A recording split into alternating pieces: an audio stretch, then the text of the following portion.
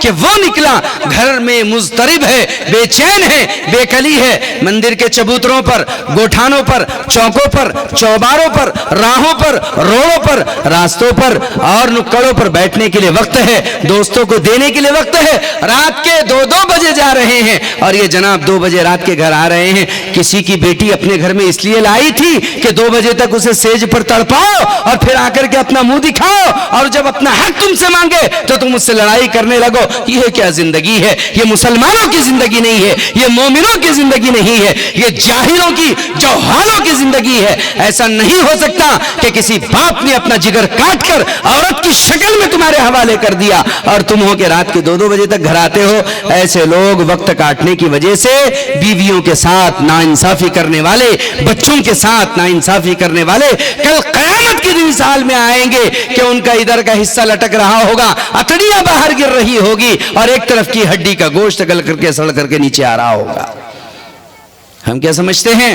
وقت ہے، بیت رہا ہے، تعیش ہے، عیاشی ہے، چل رہی ہے، چلنے دو۔ لیکن یہ ساری باتیں کیوں ہیں؟ یہ ساری باتیں اس وجہ سے ہے کہ شاید وہاں تربیت کا نظام نہیں تھا۔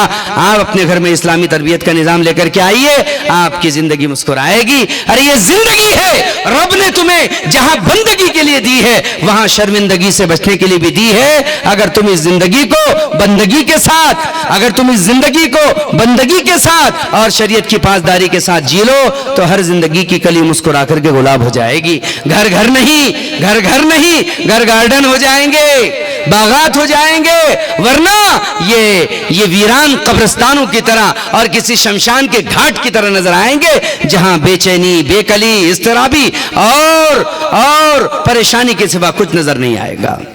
وجہ کیا ہے؟ علت کیا ہے؟ سکون کیوں نہیں ہے؟ وجہ یہ ہے کہ زندگی دین سے کوسوں دور ہے۔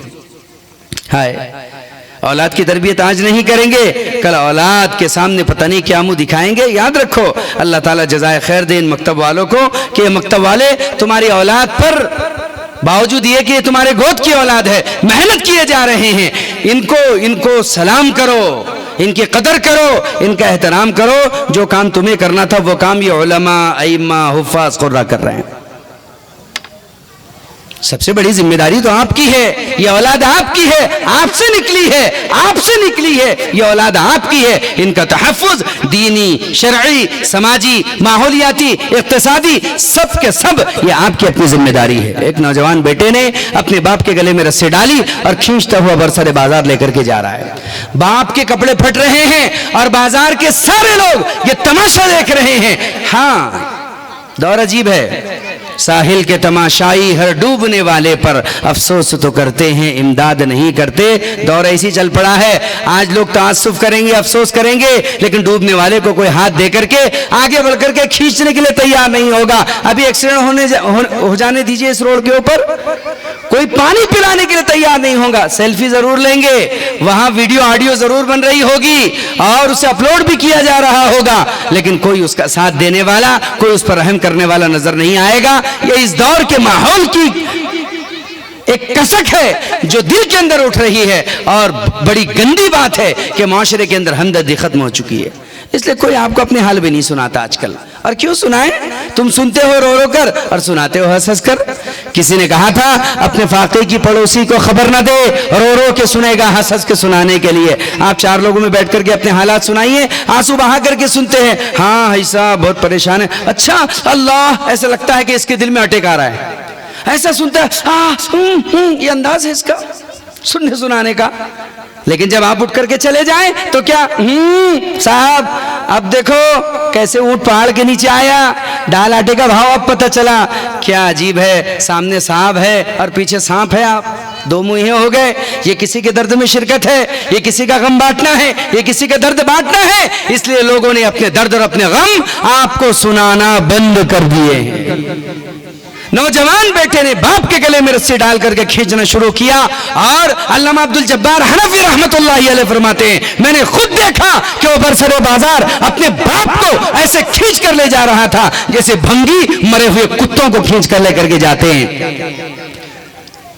باپ کے کپڑے پھٹ رہے ہیں, بنیان پھٹ گئی, خون رس رہا ہے اور باپ کو کھینچتا ہوا لے کر کے چلا جا رہا ہے. ایک نیم کا پیڑ آیا تو باپ نے چیخ کر کے کہا بیٹا بس بس کر, اس کے آگے نہ کھینچ. تو باپ کو پلٹ کر کے بیٹے نے دیکھا اور دیکھ کر کے کہا ابا اتنے دور سے کھینچ کر کے لے کر کے آیا ہوں, چو نہ کی چھرا نہ کی, کچھ نہ کہا, یہ نیم کا پیڑ آیا تو چیخ بیٹھے بات کیا ہے؟ باپ نے کہا بیٹے بات کچھ نہیں ہے, بات بس اتنی ہے, اگر تو مجھے اس نیم کے پیڑ کے آگے ایک بالشت کے برابر کھینچے گا, تیرا بیٹا تجھے ضرور اس نیم کے پیڑ کے آگے ایک بالشت کے برابر کھینچے گا. کہا کیوں؟ کہا اس وجہ سے کہ میں نے بھی تیرے دادا کے گلے میں رسے ڈال کر یہیں تک کھینچ کر لایا تھا. جیسی کرنی ویسی بھرنی, نہیں کیا تو کر کے دیکھ, جنت بھی ہے دوزخ بھی ہے, نہ مانے تو مر کے دے. اس لیے اپنے گھر کا ماحول بناؤ. رونے چیخنے چلانے سے بنڈا دار ہوگا سوائے اس کے اور کچھ نہیں ہوگا. آپ کو قدم اٹھانا ہوگا. ایک شوہر کو بیوی کی اصلاح کے لیے, ایک باپ کو بچوں کی اصلاح کے لیے قدم اٹھانا ہوگا. بولے تو قدم اٹھانا ہوگا, اس کا مطلب یہی ہوتا ہے. ایک صاحب میرے سامنے سے گزرے, کونی پھٹی ہوئی تھی, خون رس رہا تھا. میں نے ان کو دیکھا تو پہچان لیا. میں نے ان کو آواز دے کر کے کہا رشید چچا خیریت تو ہے, کیا بات ہے, آپ کی کوہنی سے خون رس رہا ہے. انہوں نے جو جواب دیا اس جواب نے میرے پیروں تلے سے زمین کھسکا دی. انہوں نے کہا کچھ نہیں مفتی صاحب, بیٹے نے ڈھکیل دیا, گر گیا ہے, خون نکل رہا ہے. یہ سننا تھا کہ میرے تو تلووں سے لے کر کے دماغ تک ایک بجلی سے کوند گئی. مجھے شوق ہوا اور میں نے چیخ کر وہی کہا, ویسے بھی منہ پھٹ آدمی ہوں, میں نے کہا ہلاک ہو جائے, برباد ہو جائے وہ اولاد جو اپنے باپ کو نیچے گرا کر کے خونم خون کرتی ہے. زمین پھٹ جائے, آسمان نگل جائے ایسی اولاد کو جو اپنے باپ کے ساتھ ایسا سلوک کرتی ہے. میں ان کے قریب گیا, اپنا رومال ان کو دیا, وہ بیچارے رونے لگے اور آنسو پوچھنے لگے. پھر میں نے ان سے کہا کہ رشید چچا یہ کیسے کیا ہو گیا سب کچھ؟ تو اور رونے لگے بیچارے, بہت رونے لگے. کہا مفتی صاحب میں کیا بتاؤں, میری اپنی حالت میرے گھر میں جانوروں سے زیادہ بری ہے.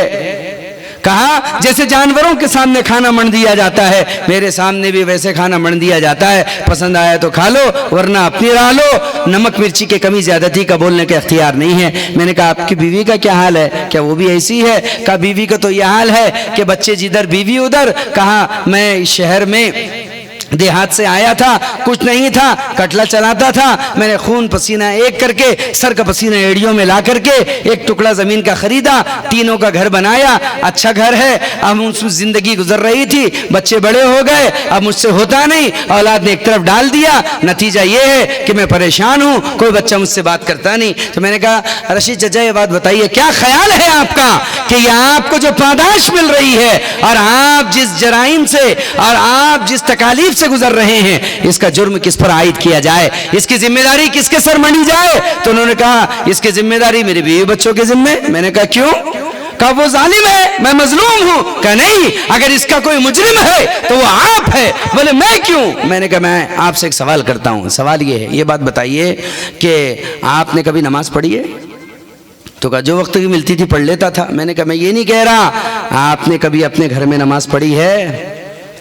آپ نے کبھی اپنے گھر میں ذکر کیا ہے؟ آپ نے کبھی اپنے گھر میں بیٹھ کر بچوں کے سامنے تلاوت کی ہے؟ آپ نے کبھی نہیں بتایا اپنے بچوں کو کہ تمہارا باپ ذاکر ہے, کبھی نہیں بتایا تمہارا باپ نمازی ہے, کبھی نہیں بتایا تمہارا باپ ساجد ہے. تم نے اگر بتایا تو یہ بچوں کو ذرا خاموش کرو یار,